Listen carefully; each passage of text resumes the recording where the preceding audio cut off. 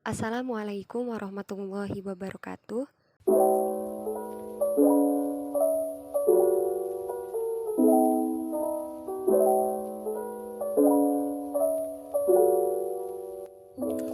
Pada kesempatan kali ini, saya akan membedah sebuah buku non-fiksi yang berjudul Biologi Campbell, karya Neil Campbell dan Jane Byrne. Neil Campbell merupakan seorang ilmuwan dan penulis buku dalam bidang mata pelajaran biologi yang berasal dari Amerika Serikat. Dulunya merupakan seorang mahasiswa dari University of California. Sedangkan Jane Byrne merupakan seorang ilmuwan dan penulis buku cetak Amerika atau buku teks Amerika. Dulunya merupakan seorang mahasiswa yang berasal dari berbagai universitas ternama di dunia, salah satunya University Harvard dan University of California.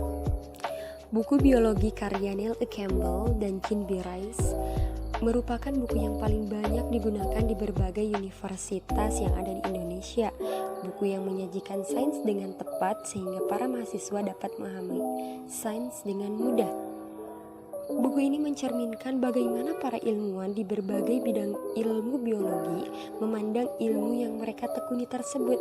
Banyaknya temuan di bidang biologi yang dibahas dalam buku ini membuat para mahasiswa mendapatkan banyak informasi penting sehingga dapat lebih berperan aktif serta mendorong mereka untuk mempraktikkan cara berpikir secara ilmuwan lebih mendalam lagi. Saya akan membedah buku biologi Campbell ini sesuai dengan unsur literasi buku non-fiksi. Yang pertama yaitu identitas buku. Di bagian halaman pertama ini dijelaskan siapa yang telah membuat buku ini, kemudian penerbit, ahli bahasa, penelaah ahli, editor, serta para pengarangnya. Ternyata para pengarang yang ikut serta mensukseskan pembuatan buku biologi Campbell ini bukan hanya Neil Campbell dan Jane Byrne saja. Ternyata mereka dibantu juga oleh Lisa Iyuri, Michelle Ensign, Stephen Weiserman, Peter, dan Robert B. Jackson. Yang kedua yaitu cover. Di bagian depan cover buku biologi ini dicantumkan nama penerbit. Umumnya buku biologi ini diterbitkan pada tahun 1990. Namun untuk diterbitkan di negara Indonesia sendiri itu sekitar tahun 2010 oleh penerbit Erlangga. Kemudian dicantumkan juga nama judulnya yaitu Biologi edisi ke-8 jilid 1 serta dicantumkan juga nama para pengarangnya. Kemudian bunga yang ditampilkan pada sampul buku ini adalah bunga dari magnolia, pohon dengan garis keturunan purba yang merupakan organisme asli hutan-hutan Asia dan Amerika. Bunga magnolia adalah tanda bahwa tumbuhnya merupakan organisme hidup, sebab bunga mengandung organ-organ reproduksi seksual dan reproduksi adalah ciri utama kehidupan. Yang ketiga yaitu rincian subbab, merupakan hal-hal yang melatar belakangi atau tujuan dari seorang pengarang membuat buku biologi tersebut. Awalnya para pengarang membuat buku biologi ini yaitu untuk menyajikan sains dengan benar, namun kemudian berfokus untuk membantu mahasiswa agar memahami sains. Yang keempat yaitu judul subbab.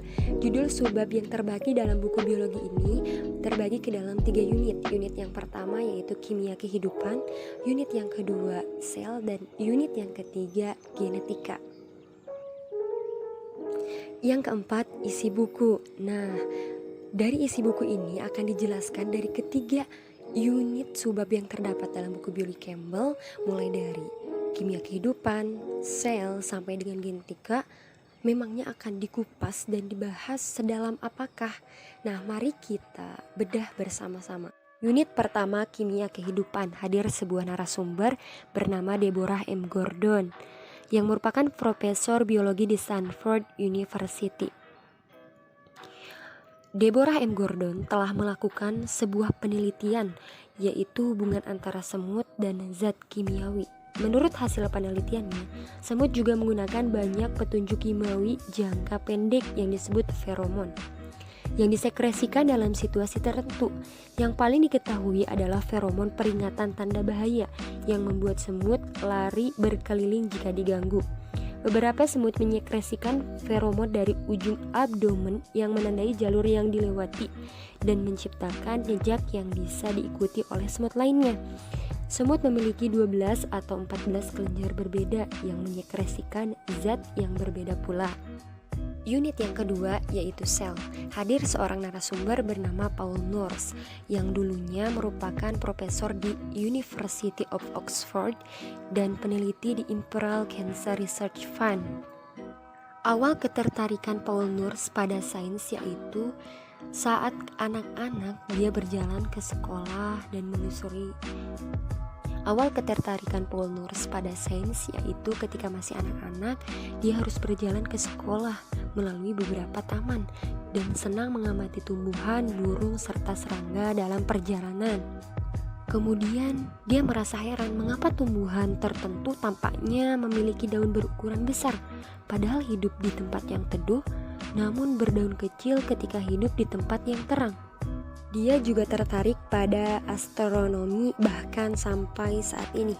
Kemudian dia juga berpikir penting untuk berfokus pada ciri-ciri yang membedakan antara makhluk hidup dan makhluk tak hidup. Dan salah satu ciri kuncinya adalah kemampuan organisme untuk bereproduksi sendiri. Unit yang ketiga yaitu genetika. Hadir seorang narasumber bernama Terry L. Weaver yang merupakan profesor biologi di MIT. Terry L. Weaver telah memilih model organisme multiselulernya menggunakan Drosophila. Dari hasil penelitian tersebut, dia menyimpulkan bahwa kromosom merupakan basis fisik pewarisan struktur yang mengandung gen. Beberapa dasawarsa kemudian, gen peregulasi utama yang menyusun bangun tubuh hewan saat perkembangan embrio ditemukan pada Drosophila. Gen-gen ini menentukan misalnya letak kepala lalat dan letak kaki-kakinya. Secara mengejutkan, para ahli biologi kemudian menemukan bahwa gen-gen itu tepat sama dengan gen-gen yang mengontrol penyusunan bangunan tubuh manusia. Jadi, menurut Terry L. Weaver, Drosophila memiliki warisan yang sangat kaya. Saat ia mulai meneliti Drosophila, alat buat tersebut telah digunakan dalam genetika selama 70 tahun dengan banyak sekali pengetahuan dan metode yang telah dihasilkan.